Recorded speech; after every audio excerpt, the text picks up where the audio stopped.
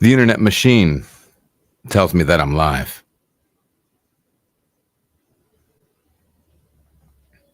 Greetings, everybody. Welcome to the Adam Makes Beer podcast. My name's Adam. I picked a squeaky chair today. If you couldn't tell, sometimes you might think that what you see here on the screen is it's there's so much perfection.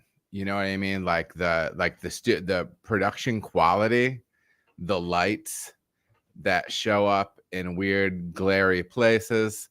You know what I mean? It's just the audio, everything is just top of the line. But to let you in behind the scenes a little bit, sometimes things come together in a little bit of a hectic way. You know what I mean? Today there was some hand wringing and other emotions had before the live stream. I hope you're doing well today. I'm doing well. I had a good day. Things seem the wheels seem to come off for me though a little bit here within the last little bit. But you know what? You know what's the beautiful thing about the September 2024 live stream? It's a time to put it all behind us. It's a time to talk beer. It's a time to be grateful. Cowboy Brewer is doing great in the chat. Welcome, Cowboy. Give me a shout. Whether you end up dropping comments or not, or asking questions, if you want to, if you're joining us live, I feel like there's always more people watching live than there are folks that are in the chat. But give us a shout in there. Let me know where you're at, where you're coming from, just so we can say, hey, it's good to see the different names that pop up in there. So what's the deal? Let me shrink some screens here, figure some things out. We've got a full slate for you here today, ladies and gentlemen. A full slate. Welcome to the September 2024 live stream Q&A podcast. This is I'm doing things out of order. All right. Welcome to the Adam Makes Beer podcast and YouTube channel. Check out Spotify, Apple Podcasts, and see all the long-form brewer interviews we've done. After you subscribe, please leave a review and comment as well, because it really helps support the work I am doing. Also, if you are new to the channel or podcast, go to Adam Makes Beer on YouTube, click the playlist tab, and see tons of info, brew days, techniques, tutorials, over 833 videos now. As always, if you're getting value out of this content, please follow, rate, like, comment, and share with your brewing friends and craft beer enthusiast homies. And if you have the means and feel as if my content is benefiting you, consider channel membership for $2.99 a month. It gives you priority for Q&A live streams, and it's very much appreciated by me. Think of it, it's less than a cup of coffee from Starbucks, baby. You know what I mean? 1 cup of coffee a month. Or feel free to drop me a super chat tip in the comments or chat. Speaking of amazing people, let's talk about one of the new partners on the show. Let's talk about my man David Lentz at Brewed Fiscally. Hey, ladies and gentlemen, are you running a brewery? Guess what you're trying to do? You're trying to make money. You're trying to save money. You're trying to run a smart business. One of the steps to doing that is having the accounting side taken care of. If you're looking for a little bit of accounting help, please check out my man David Lentz over at brewedfiscally.com, or reach out to him at david@brewedfiscally.com. Let's see. You're interested in knowing what services? How about bookkeeping, fractional CFO support, financial management system design, business plan review? Let's talk, dude. He can do it. I like David. If you have not seen my episode with David Lentz from Brewed Fiscally, I think it might have been the last Industry Pro interview that I did. I think he's a solid dude, smart dude. Check him out. If you are in that situation, at the very least, and you are in that range where you can use a little help on the accounting side, hit him up, have a conversation with him, see if it fits for you. You can see if it fits for him. I know he's working with a handful of large and small breweries, helping them take care of their accounting needs. So smart guy, check him out. And speaking of other smart guys and ladies, the ladies, have we talked about Blickman Engineering yet? Starting a brewery is a big step. That's why Blickman Engineering is here to support you along the way. Since 2006, they've helped hundreds of breweries succeed with nano brewery tailored equipment, including the new 3.5 barrel Pro Surface electric brewing system. This new innovative brew house reduces maintenance and saves brewers at least 30 minutes every brew day, as the heating elements are mounted under the kettle and host over 20,000 watts of power in both 2-vessel and 3-vessel configurations. Their competitively priced equipment lets you start fresh, offering a full suite of brew houses from 1 to 15 barrel, matching cellaring equipment, keg washers, grain mills, and accessories specifically for the nano brewer. Ready to go pro or just exploring options? Contact Phil or Tom at ProSeries@BlickmanEngineering.com. Again, that's ProSeries@BlickmanEngineering.com. My friends at Blickman can get you up and running quickly for a faster ROI. Good folks over there. Check them out.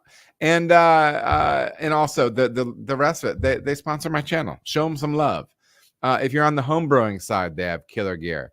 If you're on the pro brewing side, they have killer gear. If you want a pilot system, guess what? Killer gear. Okay? So look them up. Even if you're not in the space that you're buying something, drop them that email and let them know that you appreciate them supporting me. You know what I mean? That would be a good thing. Let's check out the chat. We've got Cresswell in here.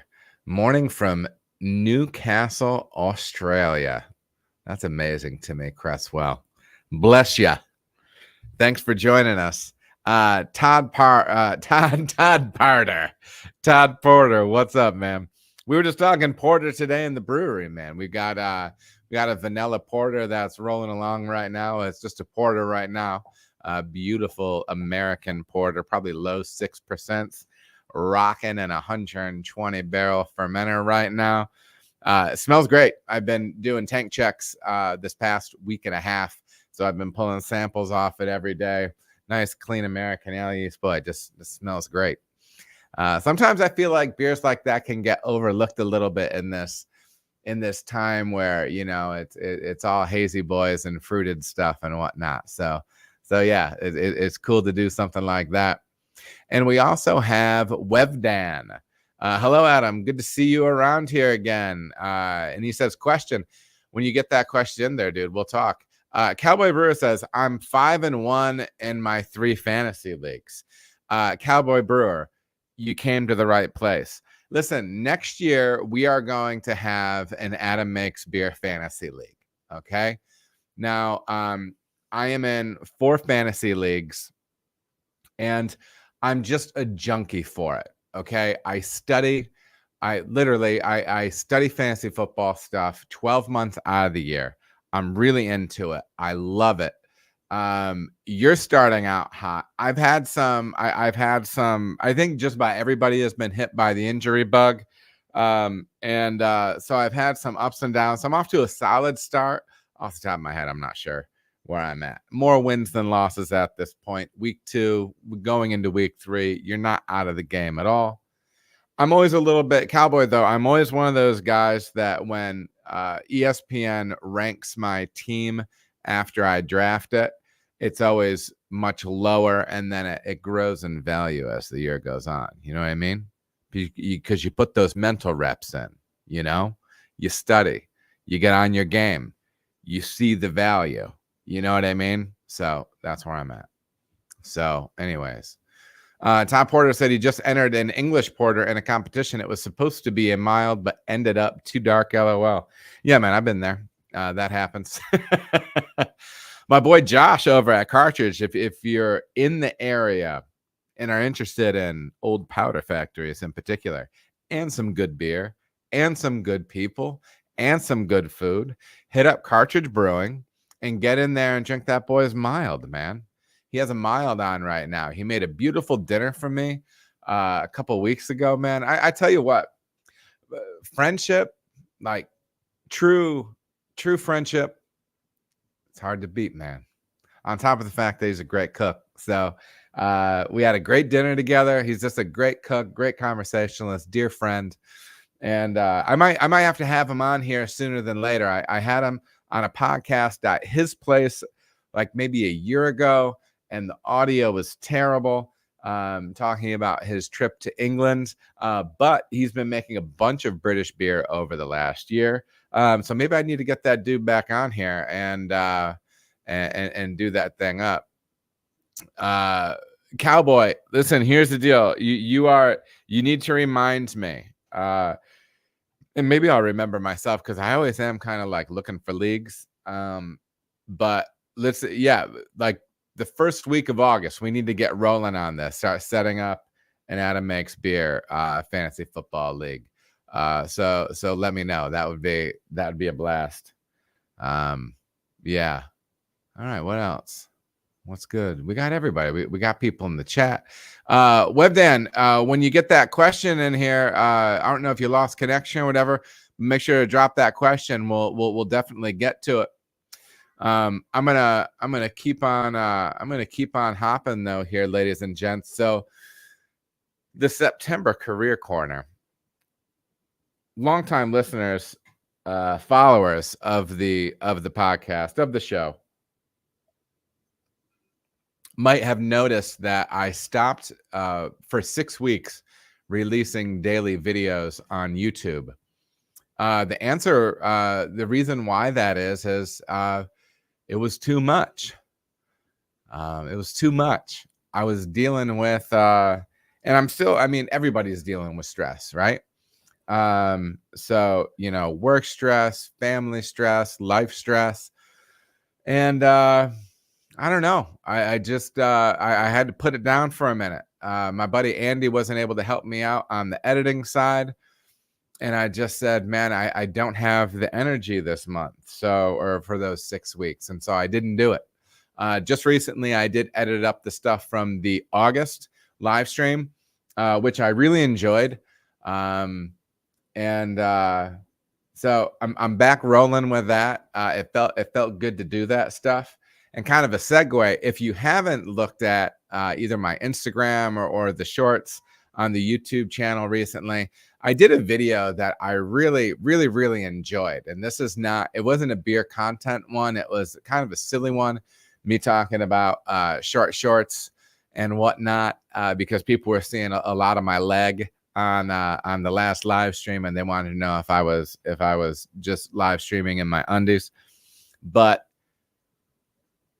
I clipped up a video for that, and I utilized some different techniques. Sometimes when it's just video like this with me talking at the camera, it can lack a certain amount of pace, especially for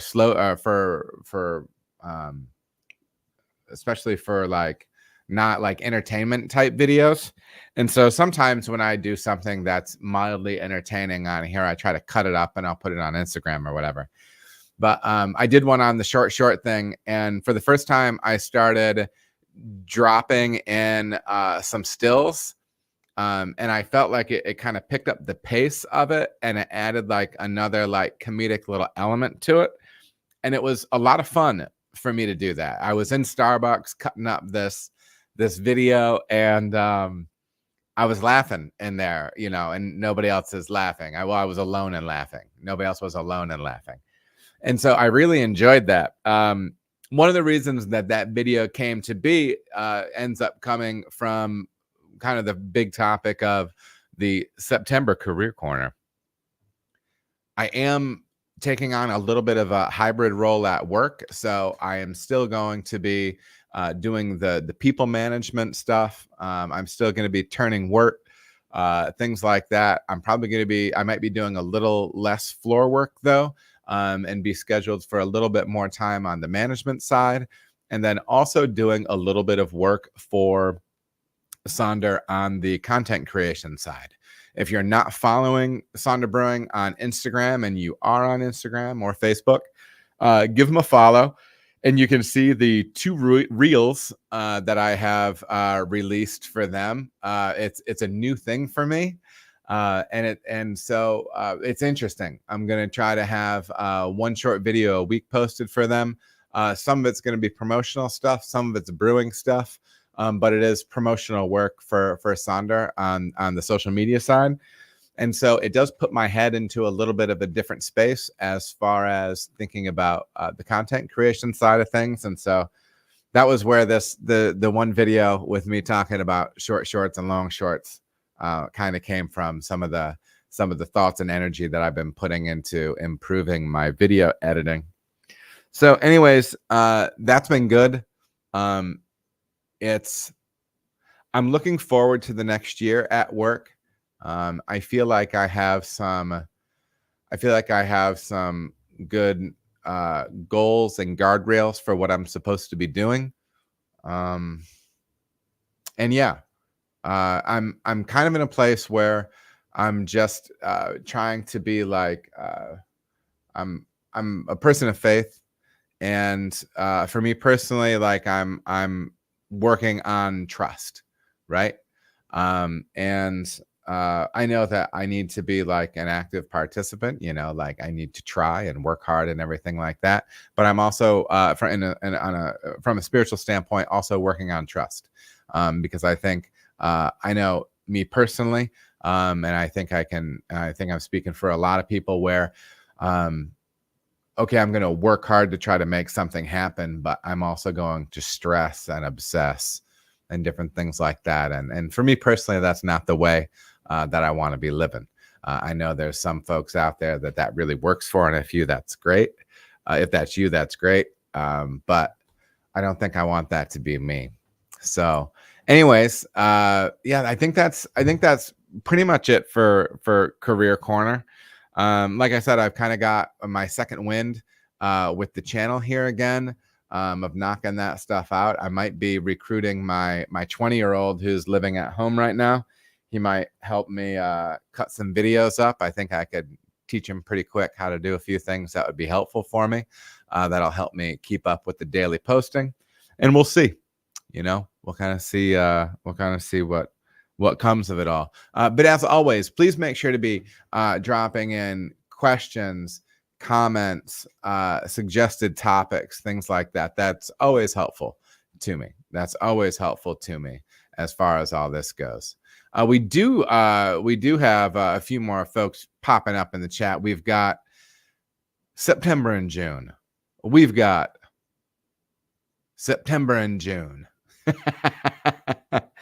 Let's see. What up, September? Indeed. Todd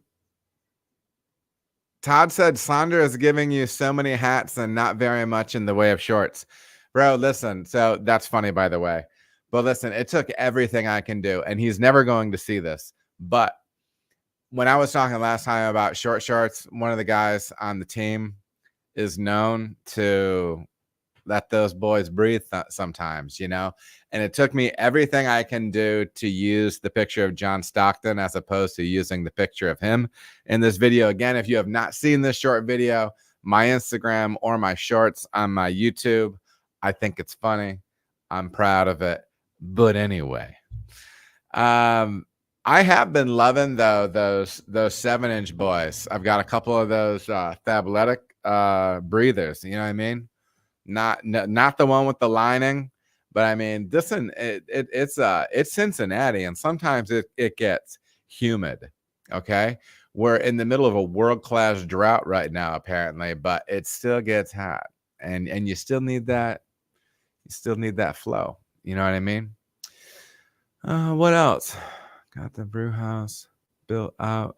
So Cowboy says he's been grinding. He's got the brew house version 5 built out. Getting the new glycol trunk line wrapped and hopefully moving tanks into the new space next week. Love it, man.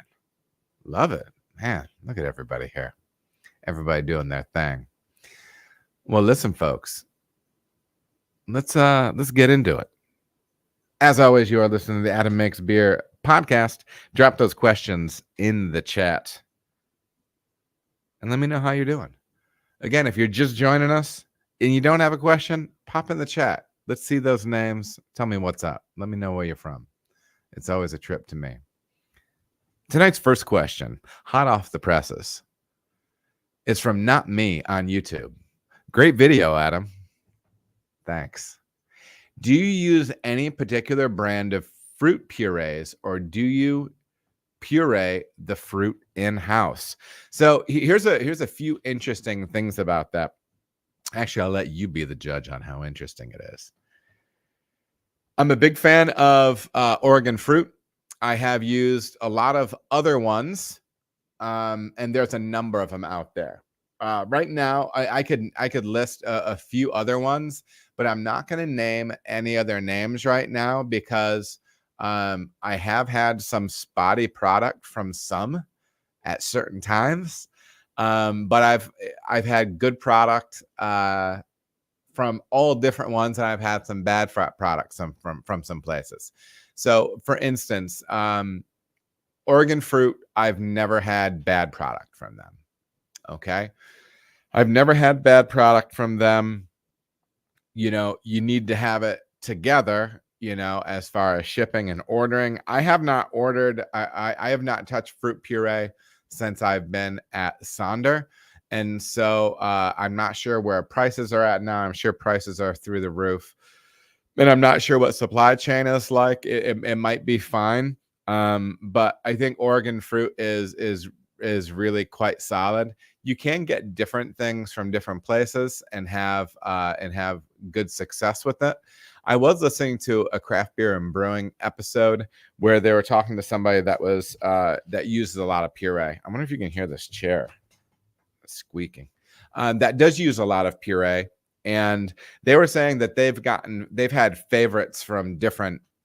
They find that they found individual fruits that are favorites from different suppliers. So what you're really going to want to do is start digging into where that fruit is coming from. Think about getting samples and trying them from different areas, because if you're getting blueberry and one is grown in Oregon, one is grown in South America, this, that, and the other thing, you might actually want to be able to taste that stuff before you can kind of see where it's at. So I would recommend that. Get as many samples as you can. Talk to those different suppliers. And then once you are familiar with the area of origin, it might actually help you make some decisions, because if you can kind of source things from where they're from, that's not always bad either. But I would always just keep an eye out on the product being clean, and in good shape when you get it. Leaky bags, when you do pop the top off of those, if you're a top popper or a side cutter, something like that, when I pop that top, I definitely like to look inside to make sure, because I have seen mold in there on certain ones, not from Oregon fruit, but from some other suppliers. So yeah, man, that's kind of my take on it. Increasingly, I think that real fruit is great, but I think that there are some great options on the concentrate and extract side as well. Again, I'm always a big fan of layering stuff.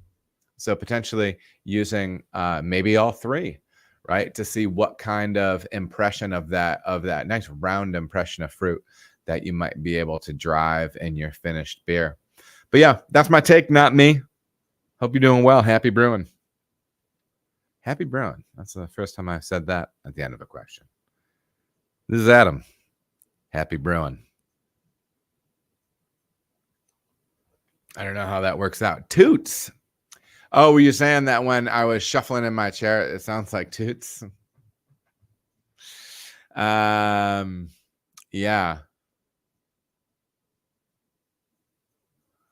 Everybody catching up in the chat. Love that. All right. Ken is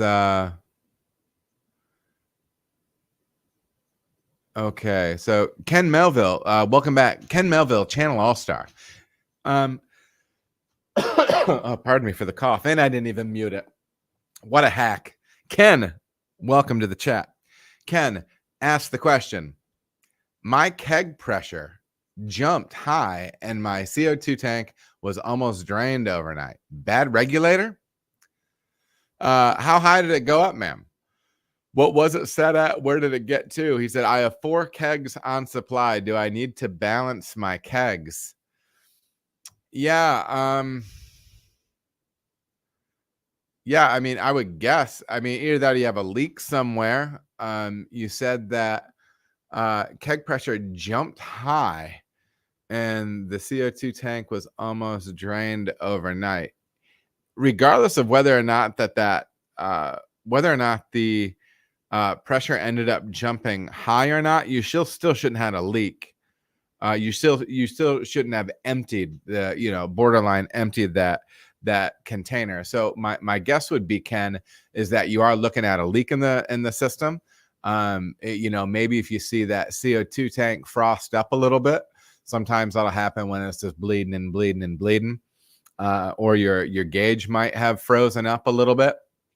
So check that out. Consider that. So it does sound like there's a leak in the system. So you're going to want to shore that up. And the idea that the pressure jumped overnight, it could be on there could have been something that failed in your regulator. Definitely. But yeah, it sounds like you might have a couple issues going on there, Ken. So I've dumped a CO2 tank before in my life. There's it happens to the best and or worst of us, but I would work on tracking that down. In order to track that down, you're going to want to be making sure if you're on the home side and you have Star Sand, something that foams, make sure to foam around your keg, all your surfaces on your keg, see if you can get any bubbles to form. You can use some soapy water, but make sure you're going to want to clean that off of any connection point or anything like that. And you can use that same approach on all of your connections on the gas side to see if you're dumping pressure somewhere along the way. That's how I would look at it, my man. Best of luck with that. Best o' luck. Webdan is back on the scene, and he has a good old question here. So I'm gonna try to click my way through this, and we'll see how it goes. Webdan, hello, Adam. Good to see you around here again. Question for you. It's good to be back, Webdan. Question for you. We package our beers in cans. We don't apply stick labels, but rather use shrinked sleeves. We buy cans from supplier A, and they send them to supplier B to send them through a heat tunnel. Okay, so is that for pasteurization or for shrinking the label on, Webdan? When we get the cans, they've been already exposed and through machinery, so we don't feel comfortable just sending them into the canning. I see what you're saying. We've been applying the dunk and shake method, not big enough to get a depal, etc. We have these water baths with an ozone generator to rinse from dust and potentially kill any pathogens.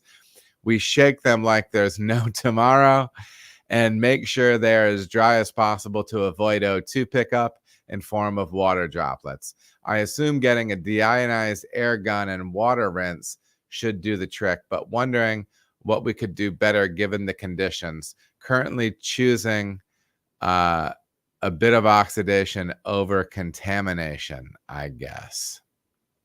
So yes, it is for shrinking the sleeves. Webdan, thank you for the question. Bobby F, what's good? Welcome to the chat. So Web, so your situation is that you are getting your cans, and when they're shinies, they're going to another location and getting the shrink wrap label applied to them, and then they're sent to you. I know everything on this front seems to be wrong. Like I always want to get those cans sanitized. You said you were using some sort of gas in here. What was it? It was.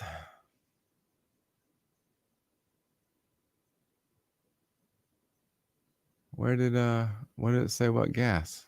I'm losing my mind here. We've been applying the dunk and shake method, not big enough to get a decal. We have these water baths with an ozone generator to rinse dust and potentially kill any pathogens. I do know people will use different types of gas to blow out those cans. It is my understanding though that even if you're rinsing with something like that, and as you mentioned, and there is any liquid in there, you are going to be picking up dissolved oxygen with that. I know those cans are supposed to be coming in clean when they come in their typical packing. Your concern is that they're not coming in that situation because they have received the shrink wrap. I get it. First of all, I like the fact that you're thinking through every angle on this, because as good brewers, that's what we're supposed to be doing, right? Some call it paranoia, but trying to troubleshoot anything that can be going sideways in our process. I would like to have a little time to dig on it more, but I think your best bet is probably using some sort of gas product to blow those things out without. I do believe a lot of people are using like an ozone type thing, but without a liquid. That's probably your best opportunity there. Yeah, but I get the nerves on on infection in the can as well, in the package as well. Do you have the ability? I'd be interested to see if you do have the ability to pierce those cans and check DO. That needs to be done right away. They need to be shook. They need to be tested. I would be interested in see what DO is like between a can that does have some liquid in it and a can that doesn't. And then maybe you can make some decisions from there. But yeah, but again, not everybody has access to that equipment either. You know what I mean? And so especially as a smaller supplier, without having all the bells and whistles, how do you effectively make clean, stable beer, right? It's tough. And sometimes sometimes you do choose one over the other, right? Because like you said, you'd rather have potentially a little bit of oxygen compared to a little bit of infection. So yeah, man. What I would suggest that you do, because it would essentially be free. I would run 1 6-pack with just blown out with some gas and then filled, and then another 6-pack that's actually been dunked. And I would store them both side by side in a very warm environment, and then taste them each one on 6 consecutive weeks. So 6 weeks overall, and stored in that hot environment. Take them one a week, throw them in the cooler at the beginning of the day, end of the day, pull them and taste them side by side. Do sensory on them side by side and do that for 6 weeks. You might be able to see what you're getting out of those two processes. So yeah, that might be one way to do it. Yeah, and I'm not trying to WebDan. I'm not trying to suggest like the most expensive fix possible, right? So that's why I'm suggesting kind of like a kind of a rough and ready approach. You know what I mean?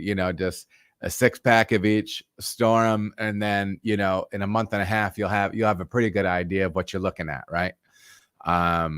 So yeah. But WebDan, I appreciate the question, and it's good to see you back in here. I think it's been a bit. September and June asks, hey Adam, how does pH affect my beer? You can look at pH in multiple stages of the process, September. You know, obviously you can look at it in the mash. You can look at it in the kettle. I think from a big picture standpoint, what you want to be doing on the hot side like that is making sure that you're within generally acceptable ranges for those things. Sometimes I think you can drive yourself crazy chasing some of those things. I'm not saying that you shouldn't try to track down and try different things with your pH in the mash, in the kettle, post boil, different things like that. But, you know, just from a baseline standpoint, making sure you're hitting appropriate ranges for things like that. And then kind of the next element of it is tracking, you know, pH drop and then pH drift back up again toward the end of your fermentation, because that pH is going to drop as that yeast gets going in your beer. And then as it's cleaning up, that pH will usually tick back up again a little bit. You can start answering some questions for yourself. And this is where that final pH of the beer, you can have some dramatic things happen with the beer in the pint, right? You can be taking anything from making a beer, you know, really crisp and balanced. You can push it into the acidic range, you know, if you're dropping too far down for what the beer is supposed to be. On the flip side of it, if your pH isn't low enough, again, off the top, I think we're targeting 4.4 or 4.5 and under for shelf stability. You know, if you're going over that, I know there's some people that are doing their hazies way over that range, and it's really easy to do that because with really big fat dry hops, you can be pushing your pH back up again. And so it's easy to push yourself out of food safe range. And I know there's a lot of hot boy hazy breweries out there that are doing things like that are creating beers that are shelf stable from pH standpoint. That's their call, and that's good for them. If they're happy with the beer that they're making and it's blowing off the shelves, you do you. But I do think really tracking your pH on your tail end of fermentation, when that pH starts creeping back up again, you're gonna want to start getting that yeast off your beer, especially potentially on the commercial side, with a little bit more pressure on that yeast cake. Once you're 2 days terminal on your gravity, you're going to see that pH start creeping up again, start dropping that yeast off the bottom so you can prevent some of that autolysis stuff going on. But I think all that said, though, I think playing with the finished pH in your beer can create some really beautiful nuance and really it can really accomplish some of the intangible things with the beer as well, right? So yeah, I would encourage you, especially if you're in a situation where you're making a volume of beer, maybe you can cut off little bits here and there and dose them up. And it wouldn't be exactly, but use like, a food grade lactic, food grade phosphoric, and dose up smaller amounts and test that and see what your lager is tasting like at 4.4, at 4.2, at 4, at 3.8, baby. You know what I mean? Do some things. September continues. Do you correct any pH post fermentation? And if so, with what type of acid? I'm assuming you would say. I think you can go a couple different directions with it. If you've gone all lactic on the hot side, I know a lot of people love using lactic acid, like the character that it gives, but I know sometimes lactic acid can have a threshold. I believe the wise and virtuous John H. Palmer was recommending that if you have a residual alkalinity of 250 or above, you might want to fact check me. That gives you a good reason to go back and listen to the John Palmer Industry Pro podcast on Adam Makes Beer. But I believe it was around 250. He was saying that might be a little bit difficult to adjust all of the water with lactic because it might have a flavor carry over into the finished beer that would be more than what you wanted. And so maybe if you're worried about going going too far with your acid adjustment post with lactic, you could do it with something a little bit more neutral, like maybe phosphoric. Again, all food grade.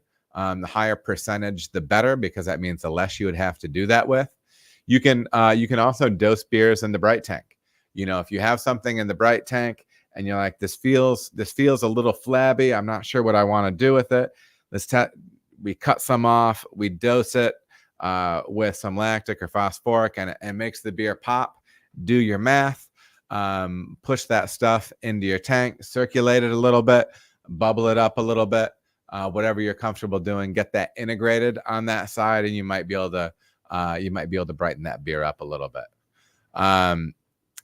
September says Palmer has a very moist mouth.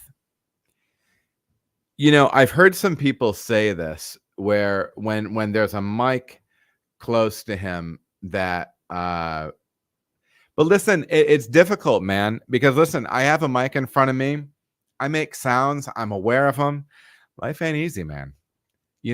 But the flip side is what if Palmer's, what if he was a little like, plus EV on the salivation side of things, it probably just points to like a higher level palate. You know what I mean? He is John H. Palmer, author, lover,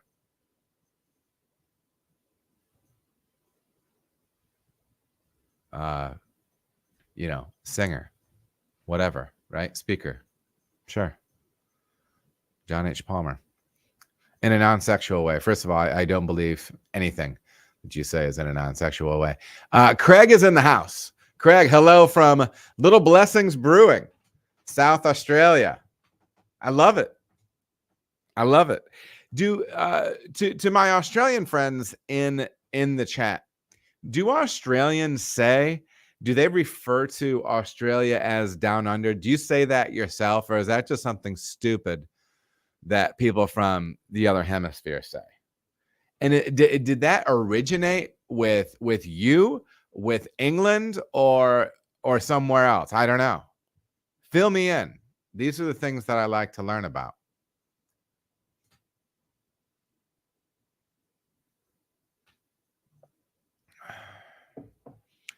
Cowboy Brewer asks, what's the best option, either commercial like 5-star or home remedy like baking soda vinegar to remove rust from stainless steel and tri-clamps? Hoping for a soak CIP option instead of paste and scrub. We have been, I have used like a CIP acid. Either like we have a non-foaming CIP cleaning acid. It's used like in the higher, like 90 to maybe 110 degrees Fahrenheit. And we've done stuff like that, and I believe we have done soaks when that stuff pops up. We have a foaming acid as well, and I'm not sure exactly. I'm not super good with this stuff off the top of my head, but I do believe it is an acid blend, maybe citric and nitric. And if I'm saying something really stupid right now, and you're a chemistry boss out there, and you're like, he just said something really dumb, that would blow up. His face is stupid. You're right, but we do use a blended acid for something like that. And I would still dilute, start there, go maybe on the higher range of the recommended dosage rate for that. I can't necessarily speak to 5-star because I'm not super familiar with their products, but a lot of big brewery manufacturers or brewery chemical manufacturers have like their CIP non-foaming acid, right? An acid blend, and that's what I would suggest for that, Cowboy. Welcome to everybody in the chat. We got Alex Nelson in here. We got Andrew Latola in here. Webdan, Cresswell. Yeah, I said it. Cresswell, you say it occasionally. You say down under. Webdan also mentions ultrasonic cleaner. If you have one of those, ultrasonic cleaners are really cool. I love them. I love them. I love using them for carb stones as well. Love it, love it, love it. They're great. You can get, I got one that I used at Cartridge for years off Amazon, and it didn't break the bank. Didn't break the bank. All right. Yeah, Alex Nelson asks, talking pH adjustments, ever done anything with carbonated water? Making Italian sodas at the brewery and was thinking about pH. You're right to be thinking about pH, homie. And what I think you really should do is grab something commercial that you like to drink that you think is a good example of what you would like to be making, degas it, and shove that probe in there, baby. Find out what its pH is at. Okay.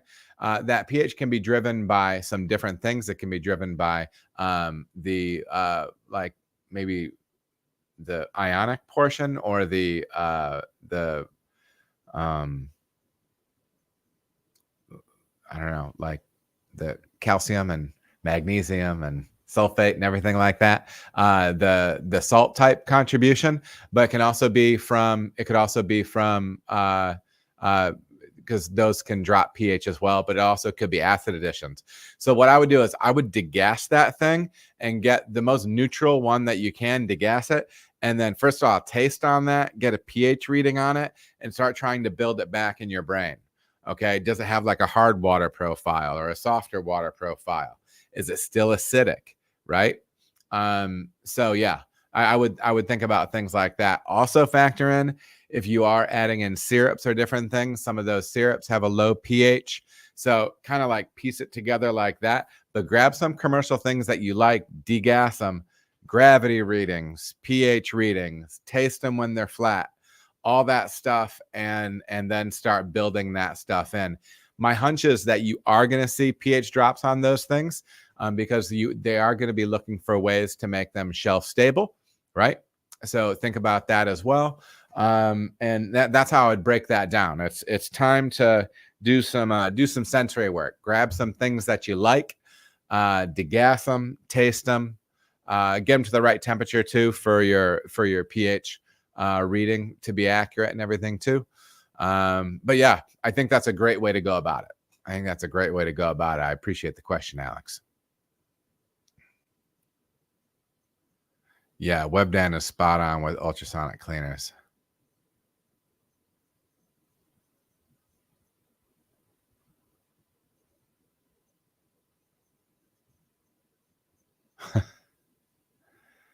Yeah, minerality. That's what I'm looking to say. Look at you. We're lifting each other up here in the chat, baby.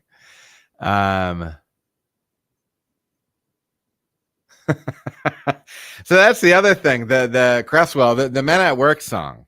Is that something where you're like, listen, okay, we get it, or whatnot? Because I just feel like, from my cultural vantage point, there's a few things that come to mind, and I have a feeling it potentially may get old. But that might just be me. Next question comes from Dr. Lore on YouTube. How bad would it be if you got not only a live yeast into the new wort, but a good amount of dead? So this was a question that came off of a video I did on cell counting. If you are not familiar, hit the playlist tab over on the YouTube channel, and you will find a full range of tutorials, brewery walkthroughs, different things like that. Check it out. So that this question comes from that. And so really what we're talking about here is we're talking about the impact of yeast viability. What is the impact of having low viability yeast? So like he says, you have some good yeast getting in, but also a good amount of dead yeast. So the first thing is that you're essentially just underpitching the beer, okay? or you're running that risk, right? So if you're saying, okay, I have 100 cells, and this is just my dummy math, right? I have 100 cells of yeast that needs to ferment this beer, but half of them are dead. All right. So you're under pitching by half. If that was your goal of having 100 healthy, viable cells ready to roll in and go to battle. Okay. So the first thing is you could be under pitching. So what you could find is that you will still get a finished beer, but because you're sending in less yeast cells, they have to multiply more in order to create enough yeast cells to appropriately ferment out the beer or to ferment out the beer. But you might be getting extra ester formation because your ester formation is being driven by reproduction or as an offshoot of cellular reproduction. You could have potentially some more aggressive things happening in that way. You could have some higher alcohols, potentially some fusel, some unpleasant, like hotter alcohols expressing. That's very possible as well. You could also have stalled fermentations, right? A fermentation that does not go down all the way to where you expect it to go. You could end up, because you just have a bunch of dead cells in there along with, even if you get complete fermentation, you also have those cells chilling out in an area, in an environment which is still toxic to them. And so that's where you can see pHs creeping up, when you can see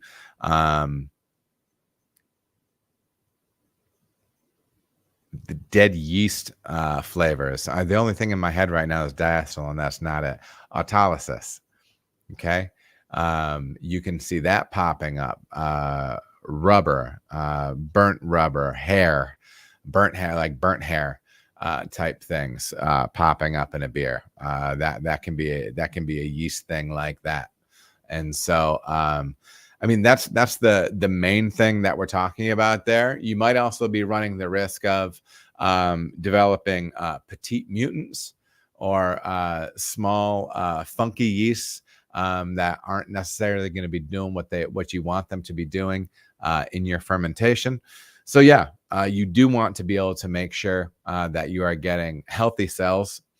I would recommend that if you know or if you find out or whatever that you have a pitch in there, but you have low viability, I would make sure maybe at 12, 24, 36 hours, do a little bit of cone shaving on that tank, because that dead stuff will be at the bottom, and you should try to be able to knock that stuff out. It might be a good way of increasing the viability by kind of self-selecting that stuff out of your fermenter. But yeah, Dr. Lore, I appreciate the question. Good luck in your medical practice. I don't think that was funny. Next question.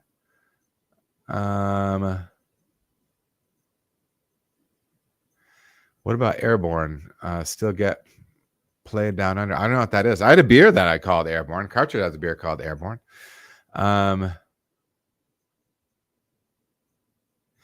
Yeah, Andrew mentioned, he said, I underpitched Ringwood into a porter and got a great blueberry porter. Haven't tried to do that on purpose yet.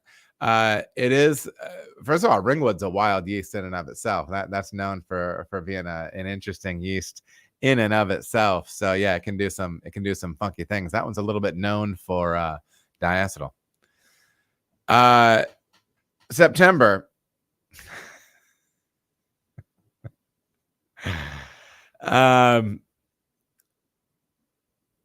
Yeah, it might be. It might be similar. It might be similar to that. Some things are just meant for being here live, ladies and gentlemen. There's certain things that I don't say. I try to keep it.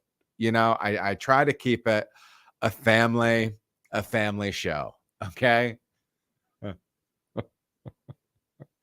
I'm assuming you're meaning like Leave It to Beaver, September, the wholesome 50s show.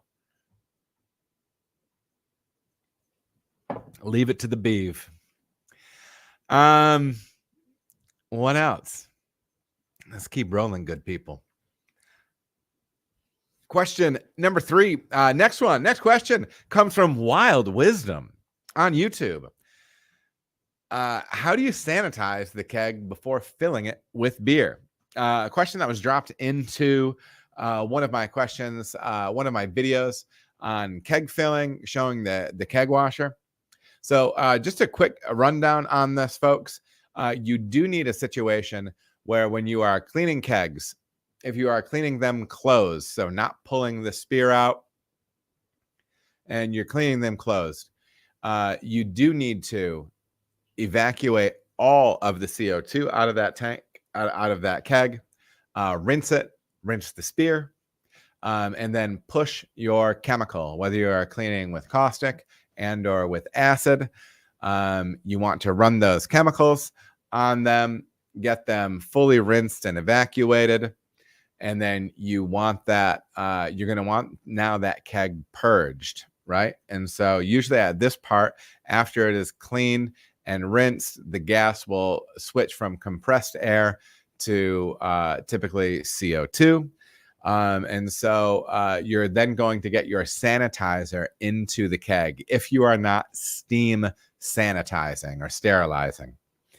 I'm just going to address the chemical side because that's what it seems like we're talking about right here. You want to make sure that you are getting your sanitizer mixed at an appropriate rate to be non-rinse. And you want to get that into every surface, whether it be the spear, the full interior of the shell, and circulating for the recommended amount of time that is recommended for contact time with that sanitizer. You want to fully evacuate it out of your keg with CO2. And some of the things that I like to do.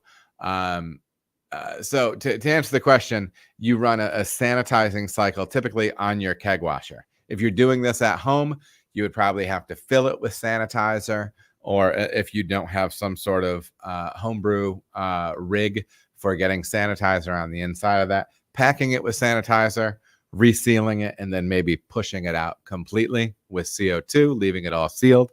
That's a good way to go too. But big picture, after it's cleaned and appropriately rinsed, you need to hit it with appropriate concentration at the appropriate temperature for the appropriate amount of time with that sanitizer, and then fully evacuate it with CO2. Purge it very, very well with CO2.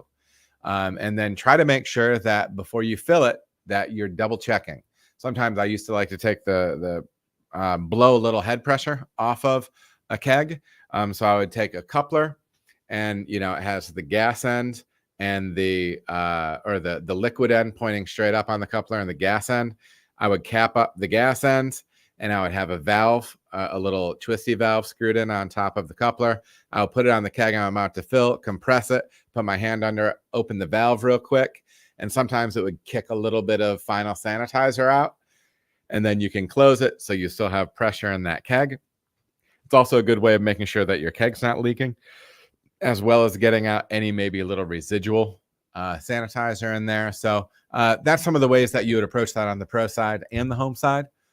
So give some of that stuff a shot. Appreciate your question, Wild Wisdom.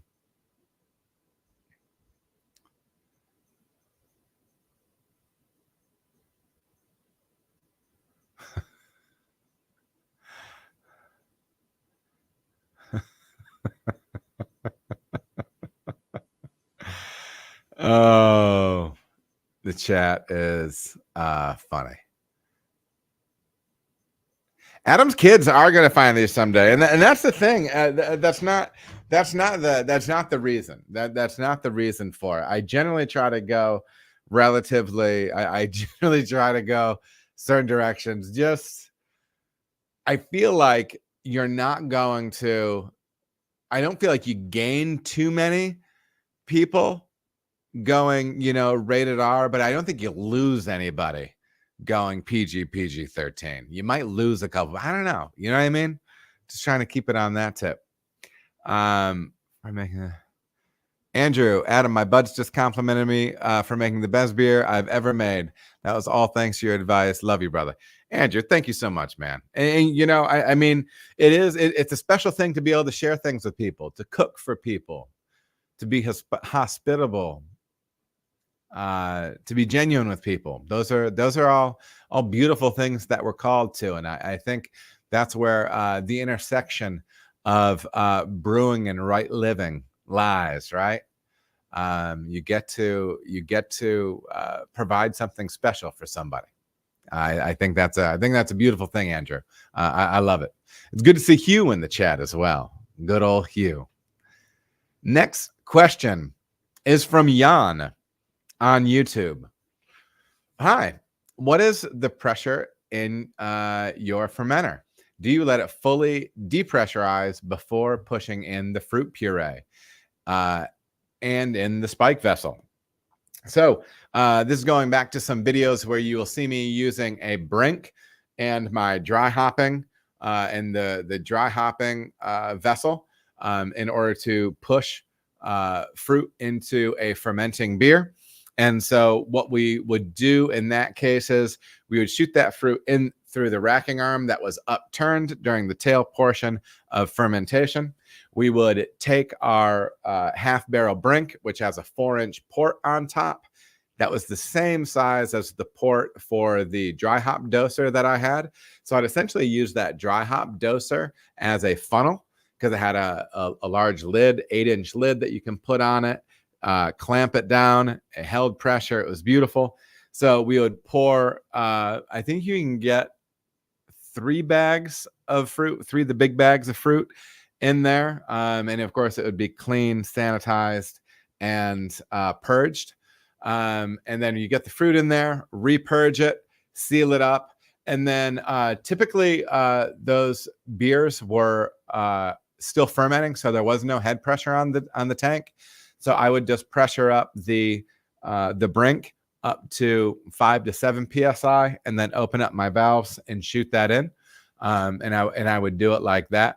If you were adding a liquid adjunct like that, and there was pressure on the tank, that's fine. Just make sure you're achieving a higher pressure in your dosing vessel, and that you're not exceeding your dosing vessel's recommended maximum pressure level, and you're ready to roll. Just make sure that you're beating out the pressure on the brink side that's higher than what you have in the tank, and you'll be ready to roll. So Jan, I appreciate the question, and good luck to you in all of your puree pushing pursuits. Alliteration.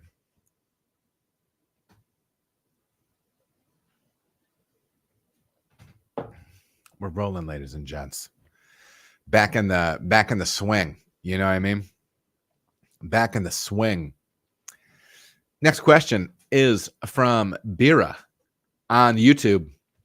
What do you use to keep the exterior of the brew vessels and fermenters so clean? What? First of all, maybe compliment, huge compliment. I love that stuff. So he's talking about the cartridge days where I had videos in there. That was a tough place, man. Maybe the cameras were just bad, but we had some hard water in there for a long time, and I'd feel like it was such an effort to keep those fermenters shiny on the outside. What I have found is that there is a foaming acid that you can apply with, I believe it's called a hydrofoamer. So it's just a little boxy screw top foamer that you can pour the foaming acid into. That too may be a nitric citric blend. I'm not sure, but a foaming acid from your brewery chemical supplier, and then sprayed through like one of these hydrofoamers. You just there's a little attachment nozzle that goes to your water source, goes to the chemical thing, and then you just spray once a week. Coat those things, let it run down. If you want a softer scrub pad, there's some white scrub pads that will have that will slap on and then scrub those sometimes when necessary.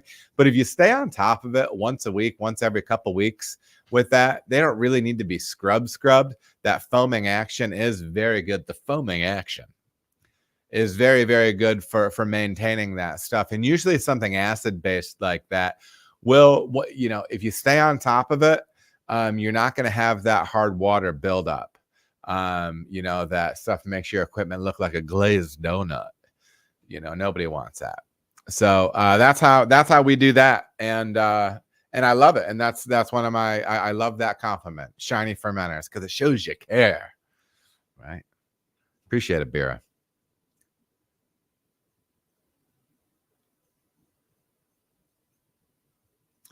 Next question is from Wevdan. Question regarding brewers' etiquette when visiting other breweries. If you start a conversation with the brewer, do you give feedback openly, or only give it unless it's asked for? Direct or sugarcoat?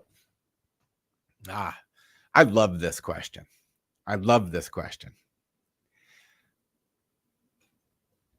If I'm going to somebody else's brewery and I'm drinking one of their beers, I offer something that I like about it. Okay. Doesn't mean I like the beer.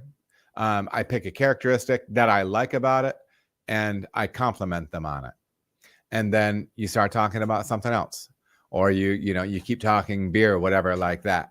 I like to give a tip of the hat to the person that is busting their tail making beer for their consumers. I think it's important to be honest. And so tell them something you do like and do enjoy about the beer. You do want to make sure you're not coming off sounding like a douchebag, right? I have found that there are two types of brewers. And I'll use an example of a guy I know back in Michigan. He's the kind of guy that comes up to you at a festival and says, I brought this beer that I hate. I need you to taste it for me and tell me why I hate it. I like brewers like that. And what I mean by that is they're brewers that want to get better. They want to dig into their beer. They want to dig into their process, and they want to get better with you through a conversation talking about that beer. That's awesome. Those are the only brewers that I have those conversations with. If somebody says, hey man, I got this beer I'm really excited about, come on over and taste it. You go over there and taste it. They want you to be excited about the beer. Hey man, that's awesome. Hey, how'd you do this with it? The hop character is really big. I really like the balance in this. The balance in this I think is really spot on. What did you do with the water profile? Stuff like that. Lean into that stuff. I think in one way, I think first of all, not everybody's asking for critique. People sometimes just want a little pat on the back. Nothing wrong with it. That's not me. That's not me personally. But I will say this too, like, I don't know. Not everybody likes to be critiqued all the time. Sometimes not everybody has time for the technical conversation. So it's kind of best judgment. If somebody's asking you, I would tread softly and find out how they handle it. Right. I would try to have, not positive criticism, but like, an uplifting type of criticism of something. I like this. I like this. I feel like if this was going in this direction for me, for my palate, that's the way I would like to see that go. If somebody's saying, hey, is there something technically wrong with my beer? I would say, what are you concerned about? And if they're like, I'm worried that I'm having issues with oxidation, go back to the beer and say, yeah, I mean, if you're pulling it, yeah, I might pull a little oxidation in there. What do you got going on the purging side? Have conversations like that. That's really how I would approach it. I never like to, this might sound funny for a guy that has a YouTube channel that tells people what he thinks about making beer, but But really, I mean, I think I've said it over and over again. Like I'm not the guru on the mountain here. I'm learning. I'm trying to share what I've learned, and it's a work in progress. You know what I mean? So always approaching it with humility and with like a real spirit of with a genuine spirit. I think that's the way. If somebody wants to get down on it, they'll let you know. Otherwise, just enjoy some beers with them. That's my take on it. Somebody needs to go out of their way to let me know that they want me to really break down a beer with them. So, yeah.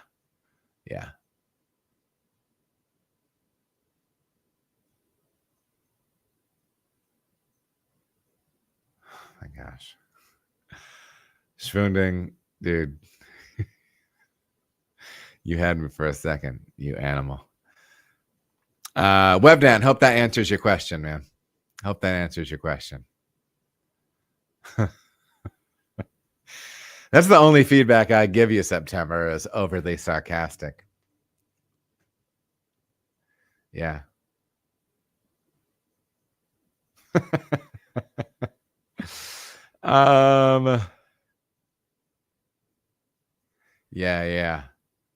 Yeah. I like this stuff.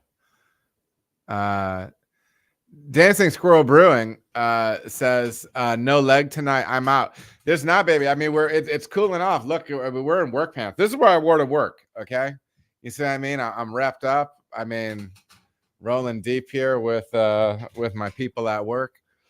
But Dancing Squirrel Brewing question: is there a point during caramelizing sugars, long boils, decoctions, where unfermentable sugars are going to become unfermentable?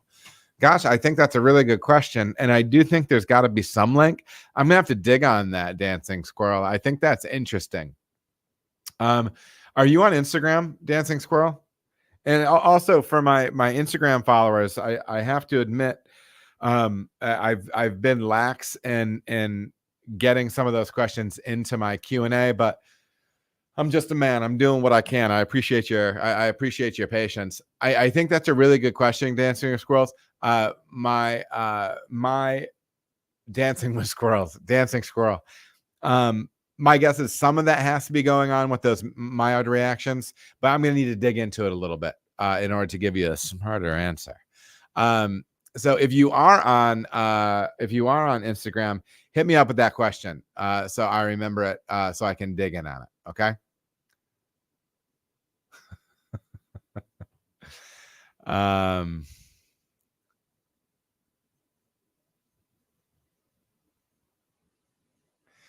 Andrew says, I had a double IPA that went into the keg crystal clear, tasting like Dogfish Head 90-minute. 2 weeks later, it was cloudy and all that hop crispness was gone. It wasn't sour, but it wasn't really bitter. Any ideas? I think it was something in the hose. Very possible. You could be looking at something on the infection side. I don't know if that beer, if the beer wasn't cold when it went into the keg, that could be the reason why it was clear going in. And then, it got cold, formed the haze that was potential within that liquid. And maybe that's why it got hazy on you. But that could be an infection. The strange thing is that maybe I would think in a couple of weeks for a cold beer for an infection to take root that hard, I think would surprise me. So I think it might be a little bit more on the fining side. The issue with the hops falling out, I almost guarantee that's an oxygen issue. All right. I almost guarantee you that's some sort of oxygen pickup. And you're going to want to backtrack all those processes and really double down on them.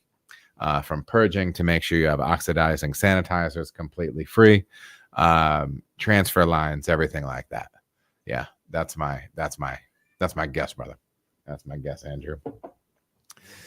Next question is from Ozan Yumrakaya on YouTube. I know it's not about topic. Sorry for that. But I would ask you, what is the best way or ways of adding adjuncts like hazelnut, vanilla, cocoa nibs to imperial stouts. So kind of my take on stuff like this is the thing that you really want to be careful with is oxygen pickup. So anytime you're transferring to another vessel, the transfer lines need to be sanitized / sterilized, purged. The vessel you're going into needs to be purged, sterile, sanitized, everything like that. Okay. But you can take some different approaches. I think that there's some really good extracts out there right now that you can do with some of these different things, that you can use for some of these different things. Vanilla in particular, vanilla beans are outrageously expensive right now. If you're talking about things like hazelnut, maybe you're looking at maybe getting a little toast on them to help open them up, first of all, but then also maybe kill anything that's involved there. Maybe bagging them up and getting them into another vessel, purged, sanitized vessel, and then racking your beer on top of it. But that can be tough to really get a lot of flavor out of things like that. And so sometimes that's where you kind of want to fold on top with maybe another nice TTB approved natural extract, TTB approved if you're in the States. Same thing with cocoa nibs.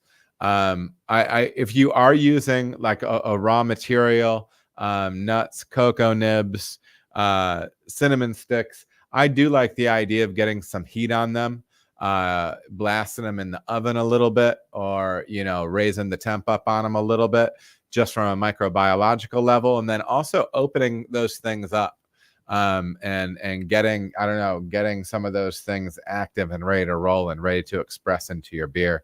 I think that's a really nice way to do it. So yeah, and then what you're looking at is you're looking at rousing that that tank or container, and then being able to take clean samples off of it and see where you're getting, right? If you have a large volume of beer that you can pull a liter off, a half a liter off, and start dosing with and doing some bench trials, that can help too. For, you know, if you are touching it up on the extract side. So I think that's another good way to go too.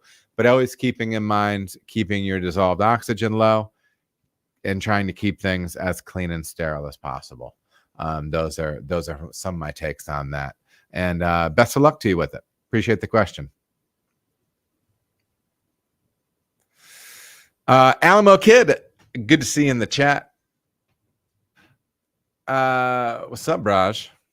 Concerning chill haze, do you have a reference for preventing it? You are going to want to dig into anything Charlie Bamforth has done on it. Big picture, you know, you're going to want to make sure you're using your hot side coagulants, your kettle coagulants. You're going to want to, there's many factors, but just in a nutshell, if you're on the pro side, you can use something like a biofine type product as well once the beer is cold. But the main idea is to get the beer as cold as you can and fine it and or filter it at that temperature, right? Because anytime you drop temperature on a beer, you can be creating more haze forming particulate because they will glom together, get a little bit bigger, and then show up. That's why with chill haze, when you warm a beer up and those particles dissociate from each other, the beer goes clear again. Okay. But if you want a deep dive, Charlie Bamforth podcasts, Google chill haze, Charlie Bamforth podcast, and you're going to be in there, son. So yeah, he's the man, Alamo. Good to see you. Good to see you. It's been a second, man. You know I did one last month, but it's good to be back in here. It's good to be doing the thing. Good to be doing the thing. You follow me, but under another name. It's interesting the things that people, the tags that people use on Instagram. I'm Adam Makes Beer. I was thinking the other day that I am glad that I chose that. I was thinking about just like using my name, Adam Mills. I think Adam Makes Beer was the right way to go. Anywho, next question is from Carter's Brewing on YouTube. Seems like you're breaking down and reassembling the tank prior to cleaning instead of cleaning the tank, soaking the parts, and then reassembling with sanitary methods. Seems kind of extra steps and backward to me. Right now, I was drinking some coffee, and now I'm drinking some 0-calorie, caffeine-free seltzer water from Kroger. So Carter's Brewing had an issue with me breaking down a fermenter and cleaning it when I was at Cartridge. I mean, I get it. I don't know. I haven't watched that video in a while. If I reshot that video, so that was how I was cleaning fermenters in 2021, 22. So, I mean, I haven't gone back and rewatched it. I don't have a problem with anything that I tell anybody in that anything that I tell anybody in that video. You might be able to like dispute like the fact of whether or not it's the most efficient, this, that, or the other thing. That's fine. It's interesting when you put things on the internet. People are going to have disagreements with it or whatever. If you don't like my techniques, don't use it. Use your own. And maybe I would switch something up a little bit if I did, but I don't know. I think he's talking about the fact that I pulled a valve. I would pull because I would plug like side ports with a butterfly valve, and I would pull it completely off and then scrub that port, rinse it, and then put a clean valve back on there. I prefer doing that because I don't know. I would rather the whole valve get a soak, like how I was doing it back then. Then I don't know. I just prefer doing that, and I still do, and I would still probably do it. Okay, but if that's not for you, that's not for you. I get it. That's cool. But yeah, I mean, it is what it is. It might be backwards to you, but yeah. Do your own video. Show me what you're doing smarter than me. I appreciate the comment, Carter.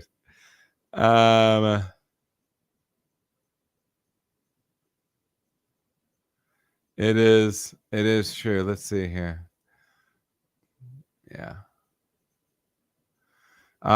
Sometimes Lucky Pro brewers have backup pumps. Not all of us do.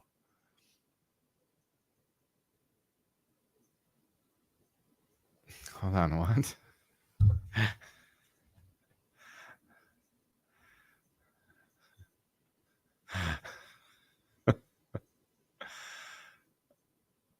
Yeah, I mean, Webdan, yeah, I hear you.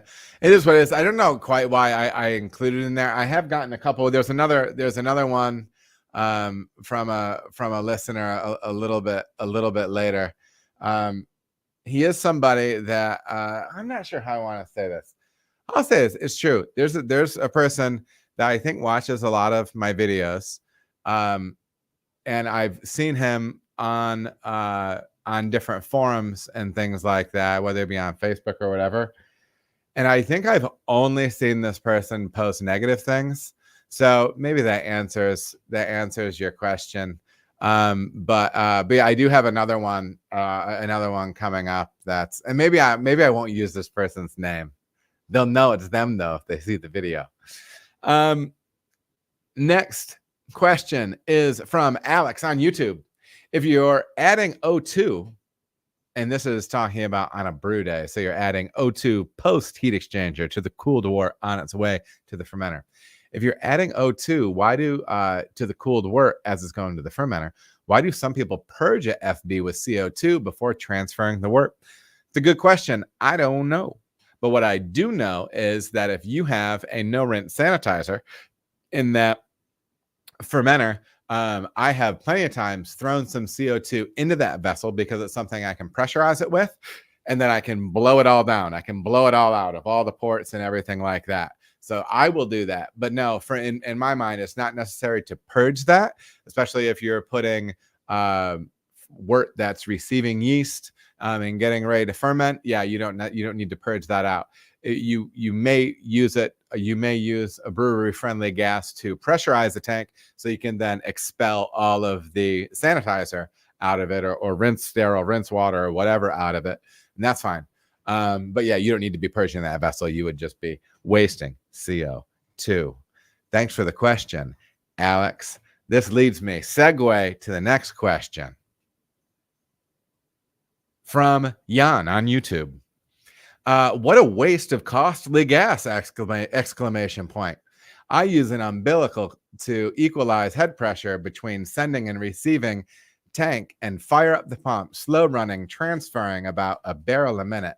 I make mostly delicate German-style lagers and had no flavor, oxidation, or stability issues with this technique in 5 years. First of all, the tone of the message maybe doesn't do it service. Like, you could have led into it by saying, there might be a way to save gas if you did umbilical and used a pump. But that is what it is. Just a little bit of internet etiquette, Jan. But what a waste of costly gas. Yeah, it can be. It can be. But you're assuming a few things. One, that you're assuming a few things. One, that everybody has a pump that is capable of doing that in a safe and reasonable way.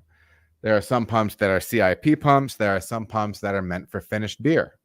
Okay, I've worked with a lot of janky pumps in my career, and yeah, maybe not everybody has a pump that is suitable for product for a situation like that. So that's one thing. I don't think, and I also don't think, and maybe this is just returning the tone of the comment, but I make mostly delicate German-style lagers and I had no flavor, ox, or stability issues with this technique in 5 years. I mean, according to you. I mean, maybe some other people think you do, and maybe you don't. And maybe you have baller gear that lets you get away with using that umbilical method, because you are correct that with an excellent pump with good seals, there's absolutely nothing wrong with that process. It has been my experience in the industry that more often than not, I have poor equipment that I'm working with, and so I use a technique like that.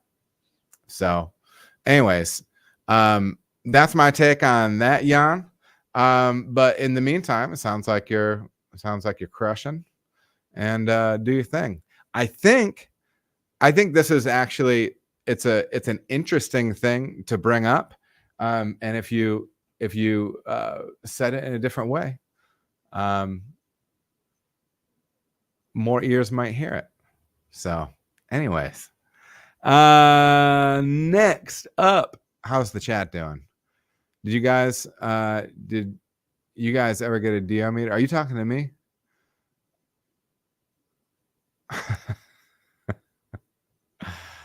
You guys in here are funny.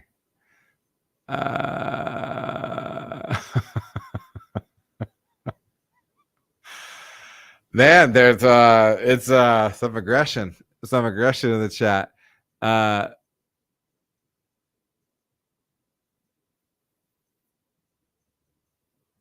Dancing Squirrel, this may open up a can of worms, but I want your honest take. Is hot side aeration even remotely anything to worry about at the homebrew level? Good question. I think this, and there's some different. I'm going to say this when it comes to that stuff. First of all, there are scientists that are smarter than I am when it comes to all of this stuff. What I will say is that the downside of treating your wort gently,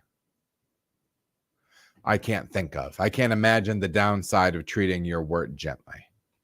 I do know some people that said that they would purge kettles and louder tons with inert gas and then run that mashing process and get through to the kettle.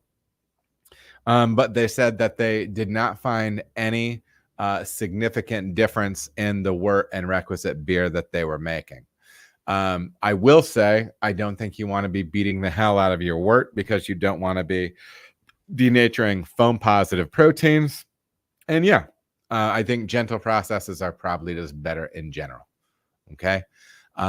So yeah, as far as HSA, home hot side aeration, yeah, be gentle with it. Don't be blasting stuff all over the place. And that's probably the best way to approach it. I appreciate the question, man. So next one and potentially last one is not a question, but it was a comment posted by Richard Price. I believe I'm pronouncing that right. He is the yeast daddy over at Escarpment, and he posted on his LinkedIn because I'm professional. He posted something about some industry stuff, and I thought it was interesting. There was some stuff that I agreed with and thought it was worth chit-chatting about. And so I'm going to bring you this, and I think this is going to be the last one of the night. So buckle in here. We've got a little bit of a read here. So let's see. Oh, that's not how I want that to work. Let's do this.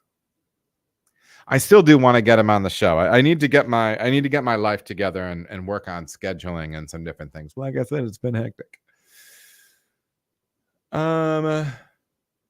Richard Price says, he said, first of all, people might say, you know, who am I to tell you what to do? He said, I spent a lot of time in breweries. Obviously, he's on the east side. And he said, and my life partner has 12 plus years of front of house brewery experience. For any small brewery, the tap room needs to be a profit center because it is a lot harder to get good margins from distro. Agreed. Some suggestions to increase revenue and profitability in tap rooms. I'm just going to start reading through this. Add seltzer, cocktails, and wine if it's legally possible where you are, or get a different license so you can. Tap rooms are bars, and the margins on cocktails and wine are awesome. That is true. That's a good idea. Add food if you don't have it. This can be as simple as reheating frozen pizzas, samosas, and empanadas. Charcuterie/cheese is really easy, and people love it. Having something to eat will keep butts in seats longer. I agree with that as well. But do keep in mind that you are, and I think this is the big takeaway, maybe one of the big takeaways. We're opening restaurants when we're opening small pubs. Okay. Yes, you're opening a brewery, but in your mind, I'm opening a restaurant. Fix your seating. Sit in your seats for more than 2 hours. Does your butt or back hurt? If so, replace the seats. If your chair stools don't have backs, replace them. If you have the ubiquitous shitty aluminum stools, send them to the scrap yard and replace them with quality seating. People will stay longer and spend more. Your target demographic is getting older. All true. Millennials have back problems now. Accommodate. I don't know if that's meant to be funny, if it's just me dealing with my own age. But yeah. 4, sit in your tap room on a busy night. How does it sound? Is it too loud or echoey? Is the playlist appropriate for the demographic? If the space sounds like shit, fix it. Now, listen, a lot of these, we're talking about spending money, but look at it in a different way. Let's look at it from a planning standpoint, okay? Again, these are good points. Think about these things because they're good stuff. Make sure the bathrooms are always clean and regularly checked. Seems basic, but not always adhered to. Yeah. Brewery bathrooms get nasty. And yeah, it should be done, especially when the brewery is jumping. Okay. Be mindful of bad brewery smells. Immediately turn off. It's an immediate turn off for me and many others to walk into a tap room and smell dirty grain and or dirty drain. Make sure tap room staff are both outgoing and trained. Many tap rooms are overstaffed with weaker talent, which ends up hitting the bottom line harder than having top front of house talent. Be mindful that large tip outs to the back of house will turn away top front of house talent. That's interesting. Advertise. This might be the number one weakness of most local taproom-based breweries. Lots of people probably don't know you exist or forgot. There's a lot of truth to that. Sponsor a local sports team. Go door to door with coupons. Run local ads on Meta. You can learn this in a weekend. There are tons of ways to get creative here and draw new customers. If people don't know about your business, they will never give you their money. Incentivize front of house staff and front of house manager, GM, to hit key metric targets. What gets measured gets done. And then he talks about some of the key metrics. Average ticket size. Think of ways to increase it without diluting value. Retention. Do customers return and at what frequency? Referrals. Do customers tell their friends? You can give them physical coupons or digital referral codes. Front of house should always be asking people the standard question too. Is this your first time? How did you hear about us? Any modern POS system should be able to generate a report on the above metrics. He said you can also just binge watch Bar Rescue and pick up most of what I've written above. So sometimes things are hard to hear. And I get it, especially if you're in a situation and times are hard. Times are hard right now, people. People aren't spending. And this isn't a boohoo, sorry for restaurants, sorry for breweries. That stuff's happening because people's pocketbooks are tighter. Everybody's pocketbooks are tighter. Expenses are going up. This is a recession. There is inflation. So actually, I don't know if people get mad about saying that or not, but in the States, my money does not buy what it used to buy before they just printed a lot of money that doesn't exist, right? So times are hard. And what I do like about what Richard is talking about here is that he's talking about running a restaurant.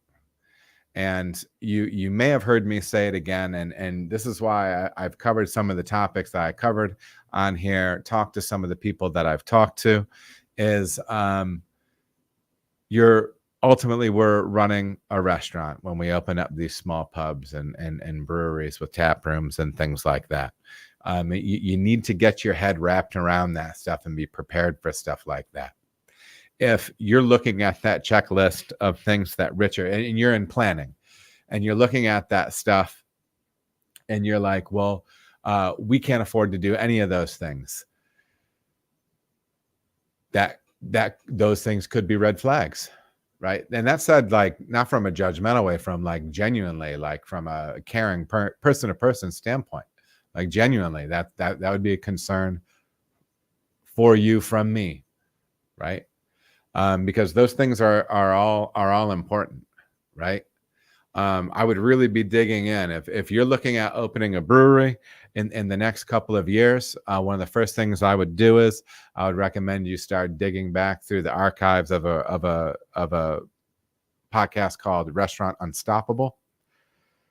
Eric Cacciatore, that is his name, very high energy dude, but talks to a lot of people operating mom and pop places. And you're going to learn more about running a restaurant for free than you thought you could, maybe. Okay.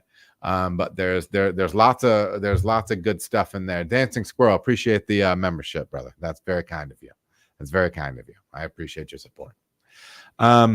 But yeah, those of you that are looking at getting into it, or you're looking at some levers to pull right now, sometimes it's hard when the list is all comprised of things that cost money, right? That's why it needs to go into the planning process at the beginning, or at least pick out some things on the cheaper side, right? That you can start implementing. I think that's just what it is. Jorge Castro is saying, I run a restaurant. It's just as rough as people say it is. My son's soon to be fiance.